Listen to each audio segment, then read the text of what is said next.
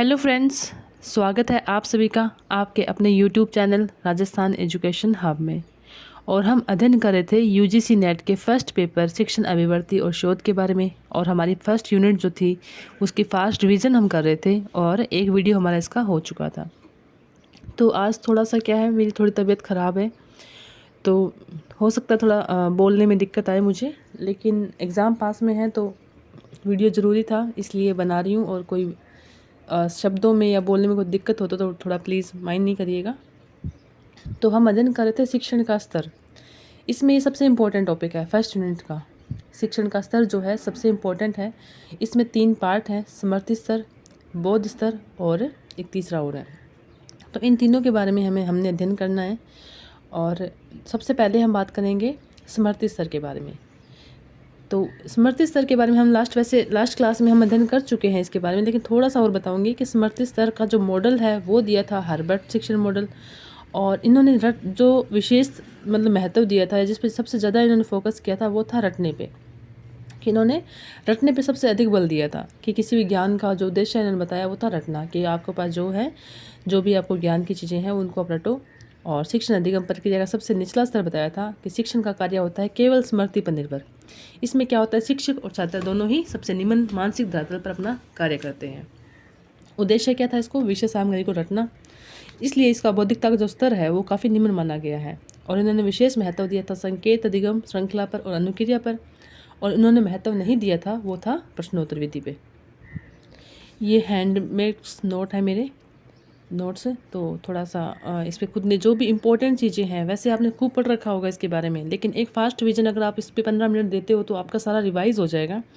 समर्थी स्तर के शिक्षण के मॉडल को 4 भागों में बांटा। सारे जो भी मॉडल है ये स्तर शिक्षण के जो स्तर है इसके चारों जो भी तीनों मॉडल है तीनों में ही 4 ही भागों में बांटा है। सब में सेम है, उद्देश्य, संरचना, सामाजिक प्रणाली और मूल्यांकन। तो समर्थी स्तर के उद्देश्य हमने देख लिया था कि मानसिक पक्षों का प्रशिक्षण, तथ्यों का ज्ञान प्रदान करना, सीखे हुए तथ्यों का पठ्य समरण करवाना और सीखे ज्ञान को पठ्य समरण करके पुनः प्रस्तुत करना, ये था। इसमें जो सबसे इंपॉर्टेंट चीज़ें होती है वो होती है संरचना। संरचना पे आप ध्यान देना ज़्यादा और इसको अच्छे से पढ़ना है कि संरचना में क्या है। इसने बल किस पे दिया था, हर्बर्ट ने बल दिया था प्रस्तुतिकरण ने पर। और हर्बर्ट के 5 सोपान थे, कौन कौन से, तो तैयारी करना, प्रस्तुतिकरण, तुलना, समरूपता, सामान्यीकरण और उपयोग।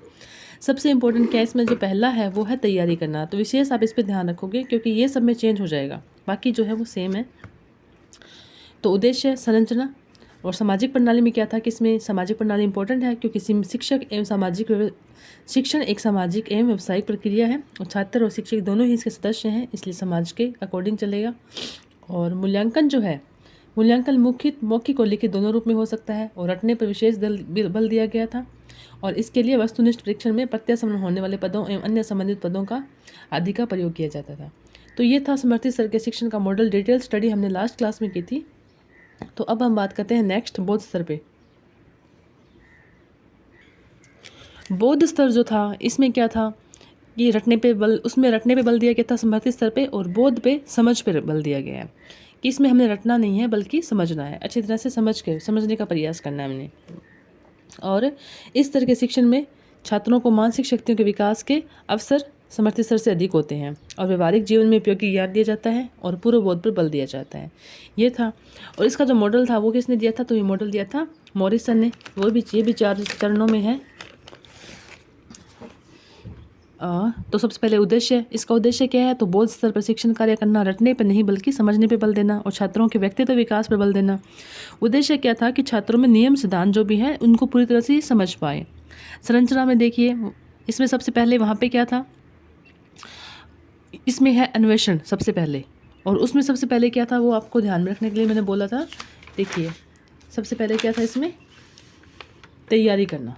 तो ये ध्यान रखना है आपने, मेन जो डिफरेंस है, समर्थी में सबसे पहले तैयारी करना आता है और बोध स्तर में सबसे पहले अन्वेषण आता है। अन्वेषण का अर्थ क्या होता है कि पूर्व ज्ञान का पता लगाने के लिए प्रश्न पूछना। प्रश्न पूछो पहले, सबसे पहले बच्चों से पूर्व ज्ञान से संबंधित होने चाहिए। फिर पाठ्य पुस्तक का विश्लेषण करो और क्रमबद्ध ढंग से बच्चों के सामने प्रस्तुत करना है। और फिर नवीन पाठ्यक्रम को किस तरह प्रस्तुत करें, ये चीज़ आती है अन्वेषण में। प्रस्तुतिकरण कैसे करनी है, तो उसको हमें पाठ्य पुस्तक को कैसे प्रस्तुत करना है कि नवीन पाठ्यक्रम को पहले हम छोटी छोटी इकाई में प्रस्तुत करेंगे और साथ साथ में निदान भी करेंगे।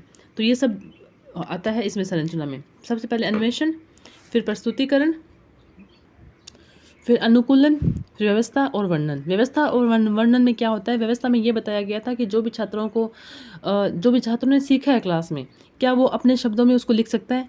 और वर्णन में क्या होता है कि मौखिक रूप से क्या वो अपने टीचर को या अपने साथियों को सुना सकता है। तो व्यवस्था और वर्णन पे विशेष ध्यान देना है। और अब आता है हमारा नेक्स्ट, विचारात्मक या चिंतन स्तर। ये बच गया था, कल हमने लास्ट क्लास में दोनों पढ़े थे, ये रहा था। तो विचारात्मक या चिंतन स्तर जो है, इससे संबंधित मॉडल किसने दिया था, तो ये दिया था हंट का शिक्षक मॉडल आया था।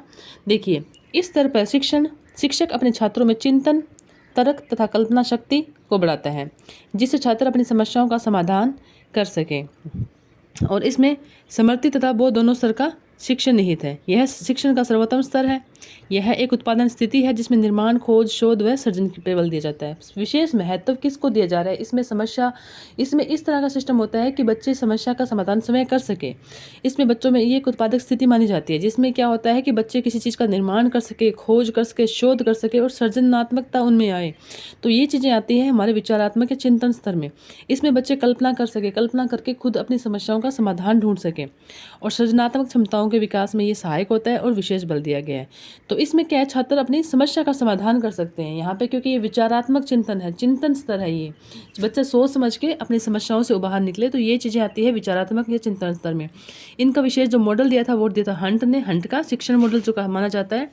इसके उद्देश्य क्या है शिक्षण मॉडल के, तो समस्या समाधान की क्षमताओं का छात्रों में विकास। ये चीज़ है। चिंतन में क्या होगा कि बच्चों को इस तरह से तैयार किया जाए कि उनमें क्षमताओं, समस्या समाधान की जो क्षमता है उनके छात्रों में विकास होना चाहिए। बच्चों में आलोचनात्मकता आए, सृजनात्मकता आए, चिंतन का विकास हो और मौलिक तथा स्वतंत्रता की क्षमताओं का भी विकास होना चाहिए। संरचना में क्या है, इन्होंने चिंतन स्तर के जो संरचना का प्रारूप है ना, इन्होंने माना है समस्या की प्रकृति की, समस्या कैसी होती है। संरचना में समस्या को महत्व दिया इन्होंने समस्या को दो प्रकार से माना गया है, एक व्यक्तिगत है, एक सामाजिक है। आगे जाके जो व्यक्तिगत समस्याएं जो है इनको भी दो तरह से माना है। और यहाँ पे दो नाम आएंगे हमारे सामने। पहला आता है डीवी की समस्यात्मक परिस्थिति, एक आता है कर्ट लेविन की समस्यात्मक परिस्थिति। अब देखिए, डीवी ने क्या माना है, एक समस्या तो मानी है पथ रहित परिस्थिति, दूसरी मानी है दो नोक वाली पथ परिस्थिति। पथ रहित परिस्थिति क्या होती है कि नॉर्मली जो हमने लक्ष्य ले रखा है उसको प्राप्त करने में हमारे सामने जो बाधाएं आती है, जिससे हमारे अंदर तनाव हो जाता है, तो ये होता है पथ रहित परिस्थिति। दो नोक वाली परिस्थिति क्या होती है कि इंसान दो लक्ष्य हो, अब मन में ये भी आ रहा है कि हमें फर्स्ट ग्रेड भी पढ़ना है और ये भी आ रहा है हमारा नेट भी हो जाए। तो ऐसे क्या होता है कि दो लक्ष्य समान रूप से जब हम लेके चलते हैं तो हमारे मन में तनाव आ जाता है, क्योंकि ना हम बेटर वो कर पाएंगे और ना ये कर पाएंगे। तो ये है डीवी की समस्यात्मक परिस्थिति। और कर्ट लेविन की समस्यात्मक परिस्थिति क्या है कि प्रत्येक व्यक्ति का कोई लक्ष्य होता है, जिससे क्या होता है उसका व्यवहार नियंत्रित होता है। प्रत्येक व्यक्ति अपना जीवन क्षेत्र होता है, जिससे प्रकृति सामाजिक तथा मनोवैज्ञानिक होती है। व्यक्ति और लक्ष्य की जो स्थिति होती है, इसमें क्या होता है, तनाव उत्पन्न हो जाता है कि व्यक्ति का जो लक्ष्य होता है अगर उसको प्राप्त नहीं होता है तो उसको लेकर तनाव हो जाता है। तो ये आता है कर्ट लेविन की समस्यात्मक परिस्थिति। अब बात करते हैं सामाजिक प्रणाली कैसी है इसमें, कि इसमें छात्र अधिक क्रियाशील रहते हैं, सीखने की परिस्थितियाँ अधिक आलोचनात्मक होती है, स्वयं अभिप्रेरित होते हैं। और शिक्षक का कार्य होता है उनके आकांक्षा स्तर को उठाना। और शिक्षक का जो स्थान है, गौण होता है, यहाँ पे स्टूडेंट जो होते हैं वो ज़्यादा क्रिया करते हैं। अब देखिए मूल्यांकन प्रणाली कैसी है। शिक्षण के प्रतिमान का मूल्यांकन करना कठिन होता है शिक्षण के, और निबंधात्मक परीक्षा उपयोगी रहेगी यहाँ पे, क्योंकि छात्र जो है वो उनमें और ज़्यादा सृजनात्मकता आ जाती है, आलोचनात्मकता आ जाती है, चिंतन आ जाता है। तो यहाँ पे क्या है, बच्चे निबंध लिख सकते हैं इन चीज़ों के लिए। और छात्र की जो अभिवृत्ति है तथा विश्वास का मापन किया जाना चाहिए। और वस्तुनिष्ठ परीक्षा जो यहाँ होती है वो यहाँ पे उपयोगी नहीं रहेगी, यहाँ पे उपयोगी रहेगी निबंधात्मक परीक्षा। अब देखिए कुछ सुझाव भी दिए गए हैं कि इसमें क्या है कि आप सीधे इसमें नहीं आ सकते, डायरेक्ट विचारात्मक चिंतन में नहीं आ सकते, स्तर में नहीं आ सकते। इससे पहले आपको पूर्व स्मृति और बोध स्तर आवश्यक है।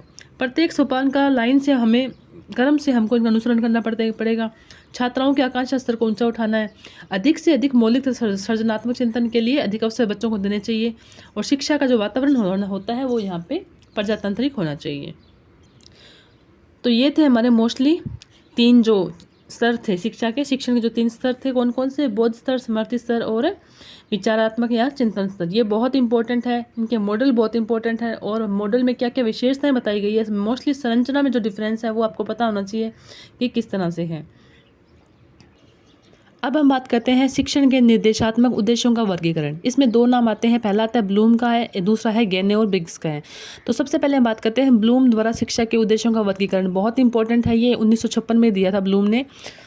शिक्षण या अनुदेशात्मक उद्देश्य को इन्होंने मुख्यतः 3 भागों में बांटा था, जिसे अंग्रेजी भाषा के 3H भी कहते हैं, हेड, हर्ट और हैंड। हेड से यहाँ पे होगा ज्ञानात्मक, हर्ट से होगा भावात्मक और हैंड से होगा मनोसंचालित। ये तो इजी है बिल्कुल। हेड कहाँ, मतलब इंसान के हेड में ही होता है ज्ञान, और हर्ट इंसान का हमेशा भावनाओं से भरा होता है। हैंड होता है वहाँ से हम सारे कार्य संचालित करते हैं। तो इस तरह से आप थोड़ा सा कनेक्ट कर सकते हैं। तो इसको 3 भागों में बांटा है।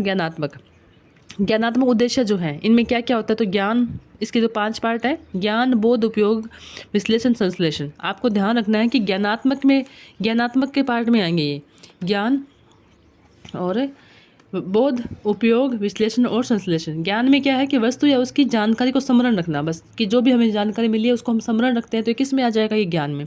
बोध से मतलब होता है समझने की क्षमता। उपयोग से होता है अमूर्त या भावनात्मक ज्ञान को मूर्त या व्यवहारिक रूप में लाना, कि जो भी हमने सीखा, जो भी ज्ञान हमने प्राप्त किया, उसको हम उपयोग में लाएं। विश्लेषण और संश्लेषण, विश्लेषण से मतलब ये होता है कि किसी चीज़ को पहले हम विभाजित करते हैं, बांटते हैं, और संश्लेषण का अर्थ होता है उसको बाद में समेट के उसका उपयोग करते हैं। तो विश्लेषण संश्लेषण बहुत इंपॉर्टेंट है। तो ये 5 पार्ट आ गए ज्ञानात्मक के। अब नेक्स्ट आता है हमारा भावात्मक ज्ञान। भावात्मक जो ज्ञान है, इसको ध्यान से देखते हैं। इस ज्ञान क्षेत्र में मनोभाव या मनोदृष्टि, प्रेरणा, शिक्षक की सहभागिता, अनुशासन एवं इनके जैसे अन्य मूल्य समावेशित किए जाते हैं। तो इसका मतलब ये हुआ कि भावात्मक ज्ञान में क्या क्या शामिल किए गए हैं। तो मनोभाव होने चाहिए ज्ञान के क्षेत्र में, मनोभाव या मनोदृष्टि, प्रेरणा, शिक्षण की सहभागिता, अनुशासन, ये इंपॉर्टेंट है। इसके भी 5 स्तर हैं। तो कौन कौन से, आकलन, आग्रहण, प्रतिक्रिया, संयोजित करना और निरूपण करना। आकलन, जो भी हमने सीखा उसकी महत्वता क्या है, आज अब मैं जो आपको पढ़ा रही हूँ इसकी महत्व क्या हो सकती है, वो चीज़ें किस में आएगी, तो आकलन में आएगी। आग्रहण क्या होता है, आग्रहण होता है सुनने की इच्छा, कि टीचर आपको पढ़ा रहे हैं उसमें आपको सुनने की इच्छा कैसी है, आपको कितना इंटरेस्ट आ रहा है, वो आएगा आग्रहण में। प्रतिक्रिया ये होती है कि अगर कोई टीचर आपको पढ़ाता है तो आप सामने से क्वेश्चन पूछते हो, या उसमें आपका इंटरेस्ट कैसा है, वो आता है प्रतिक्रिया में।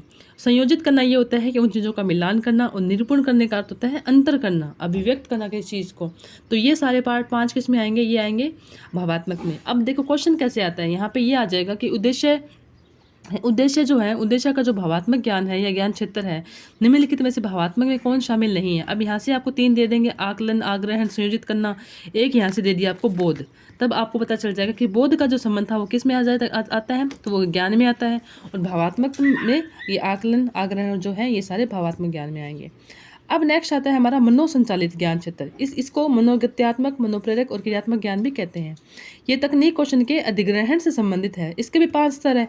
ये 5 स्तर जो हैं, आपको ध्यान रखना है कि कौन से स्तर किस में है, ये मिक्स नहीं होने चाहिए। मनोसंचालित के अलग हैं, भावात्मक ज्ञान के अलग हैं, और ज्ञानात्मक के अलग हैं। तो मनोसंचालित ज्ञान क्षेत्र जो है, ये तकनीकी ग्रहण के इसके जो 5 स्तर है वो कौन कौन से हैं। सबसे पहले था प्रतिरूपता, यानी कि शिक्षार्थी के कौशल को उसी रूप में अपनाने का प्रयास। दूसरा आता है हस्त कौशल या कार्य साधन, इसमें शिक्षार्थी मशीनरी, उपकरण इत्यादि का उपयोग का प्रयत्न करता है। तीसरा आता है स्पष्ट अभिव्यक्ति, यह स्तर सतत अभ्यास पर निर्भर करता है। चौथा है इसका परिशुद्धता, किसी कार्य को बार बार करते रहने से उसमें जो सुधार की शुद्धता आती है, ये आता है परिशुद्धता में। और लास्ट आता है हमारा प्रकटीकरण, यानी कि शिक्षार्थी शिक्षण के अनुरूप कौशल को संशोधन करने तथा नई तकनीकों को नियत करने इत्यादि को आत्मसात करता है। तो ध्यान रखिएगा, मनोसंचालित के जो 5 रूप है, प्रतिरूपता, हस्तकौशल या कार्य साधन, स्पष्ट अभिव्यक्ति, परिशुद्धता और प्रकटीकरण, ये बहुत ही इंपॉर्टेंट है। अब क्या हुआ ना कि जो ब्लूम ने दिया था, जो सिद्धांत दिया था, जो उद्देश्यों का वर्गीकरण किया था, तो बाद में आए एंडरसन और कर्तवुल। इन्होंने क्या किया, 2001 में ब्लूम के वर्गीकरण में कुछ और संशोधन कर दिया, जिनके अनुसार ज्ञान को सोचने का परिणाम माना जाता है। इन्होंने क्या किया, समझ की जगह तो बोध और संश्लेषण की जगह सृजनात्मकता के शब्द के प्रयोग का बल दिया। और एंडरसन और कर्तवुल ने ज्ञान के 4 और आयाम बताए जो इंपॉर्टेंट है। अब ये भी ध्यान रखेंगे, प्रक्रियात्मक, तथ्यात्मक, वैचारिक ज्ञान और मेटाकॉग्निटिव ज्ञान, इसे हम ज्ञान का ज्ञान भी कहते हैं। तो ये इंपॉर्टेंट है कि ज्ञान का ज्ञान किसे कहा है, तो मेटाकॉग्निटिव।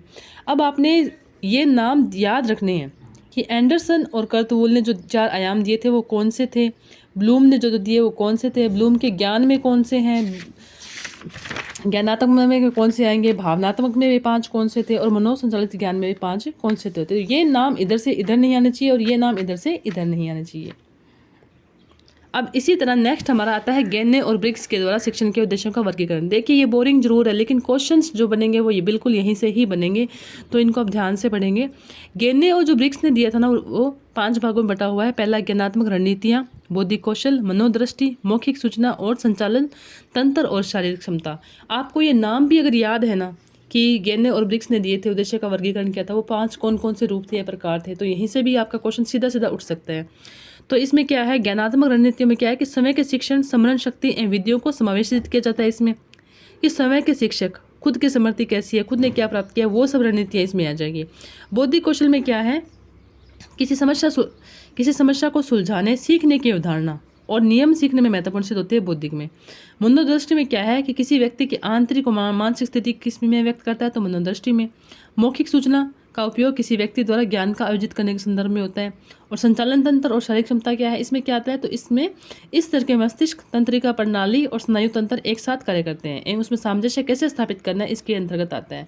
तो इसकी जो व्याख्या है वो तो बहुत आसान है, लेकिन आपको मोस्टली इसका नाम याद कर लीजिएगा कि गेने और ब्रिक्स ने कौन कौन सा किस तरह से वर्गीकरण किया। तो ज्ञानात्मक रणनीतियाँ, बौद्धिक कौशल, मनोदृष्टि, मौखिक सूचना और संचालन तंत्र और शारीरिक क्षमता के रूप में। आगे जो है वो बहुत आसान है कि शिक्षण की प्रकृति और विशेषताएं क्या है। तो शिक्षण एक गतिशील प्रक्रिया है। शिक्षण एक द्विध्रुवी प्रक्रिया है। द्विध्रुवी क्यों कहते हैं इसमें, क्योंकि इसमें एक टीचर होता है, एक स्टूडेंट होता है। शिक्षण एक सामाजिक क्रिया है। शिक्षण सर्वांगीण विकास की प्रक्रिया है, अधिगम के लिए प्रेरित करती है, विभिन्न क्रियाओं का मिश्रण है, जटिल सामाजिक प्रक्रिया है। शिक्षण एक व्यवसायिक क्रिया भी है ना, क्योंकि शिक्षित होंगे तभी तो कोई व्यवसाय मिलेगा। शिक्षण कला एवं विज्ञान दोनों है, और शिक्षण में संप्रेषण कौशल की प्रधानता होती है। अब हम बात करते हैं शैक्षणिक के सिद्धांत। एक तरफ आते हैं सामान्य सिद्धांत और दूसरे आते हैं मनोवैज्ञानिक सिद्धांत। सिद्धांतों के नाम याद रखने हैं और मिक्स मैच नहीं करना है। तो सामान्य सिद्धांत जो है शिक्षा के, तो कौन कौन से है, रुचि का, क्रिया का, प्रेरणा का, निश्चित उद्देश्य का, जीवन की संबंधता का, नियोजन का, चयन का, व्यक्ति विभिन्नताओं का और लोकतांत्रिक व्यवहार का और संशोधन का। ये बेसिक जो सिद्धांत आते हैं वो आते हैं सामान्य में। और मनोवैज्ञानिक सिद्धांत कौन कौन से हैं, यहाँ पे ये ध्यान रखने हमने, ये इंपॉर्टेंट है। अभिप्रेरणा का सिद्धांत, मनोरंजन का सिद्धांत, प्रबलन का सिद्धांत, अभ्यास का सिद्धांत, सहानुभूति और सहयोग का सिद्धांत, रचनात्मकता और आत्म अभिव्यक्ति के प्रोत्साहन का सिद्धांत, उपचारात्मक शिक्षण का सिद्धांत और इंद्रियों को प्रशिक्षित करने का सिद्धांत। ये सभी आएंगे हमारे मनोवैज्ञानिक सिद्धांत में। नेक्स्ट आता है शिक्षण सूत्र कौन कौन से हैं। बहुत आसान है, लेकिन कुछ थोड़े से जो परेशान करते हैं वो उनकी थोड़ी सी व्याख्या भी बताइए मैंने। सरल से जटिल, ज्ञात से अज्ञात, स्थूल से सूक्ष्म। स्थूल से सूक्ष्म है, इसका अर्थ होता है कि मैप के माध्यम से जो शिक्षण करवाते हैं, जैसे भ्रमण के माध्यम से, तो वो आ जाएगा स्थूल से सूक्ष्म की ओर। अनिश्चित से निश्चित, प्रत्यक्ष से अप्रत्यक्ष की ओर, विशिष्ट से सामान्य, ये कंफ्यूज करता है। ये होता है उदाहरण देकर नियम की ओर जो होते हैं वो होते हैं विशिष्ट से सामान्य। विश्लेषण से संश्लेषण की ओर, यानी किसी विषय वस्तु के विभिन्न पहलुओं से अवगत कराता है। और संश्लेषण से विश्लेषण क्या होता है, ज्ञात, नियोजित करना। मनोवैज्ञानिक से तर्क की ओर, इसमें योग्यता और रुचि के अनुसार होगा और प्रकृति के अनुसार। और इंद्रियों का प्रशिक्षण, इंद्रियों का प्रशिक्षण जो है ना, इसमें मोंटेसरी और फ्रोबेल का नाम आता है। और इन्होंने पंचेंद्रिय दी थी, जो आंख, नाक, कान जो है, ये पंच इंद्रियाँ बताई थी। और इन्होंने माना था कि ज्ञान के प्रवेश का मार्ग है, ये बात बोली थी मोंटेसरी और फ्रोबेल ने। तो ये इंपॉर्टेंट है कि इंद्रियों का प्रशिक्षण किसने दिया था, तो मोंटेसरी और फ्रोबेल ने। इसी प्रकार शिक्षण के प्रकार भी देखेंगे। एक तो आता है प्रबंधन व्यवस्था के आधार पर, तो औपचारिक और अनौपचारिक होता है। और एक आता है स्वरूप अथवा प्रकृति के आधार पर।